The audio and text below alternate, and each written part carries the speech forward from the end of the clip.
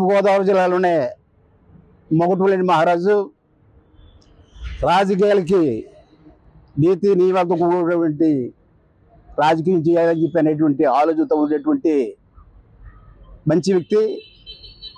మనందరి యొక్క ప్రీతమ నాయకుడు శ్రీ ముద్రగడ పద్మనాభం గారు ఈ మధ్యకాలంలో అనారోగ్యం చెందడం చేత హైదరాబాద్లో ఆసుపత్రిలో చికిత్స పొందుతూ ఉన్నారు.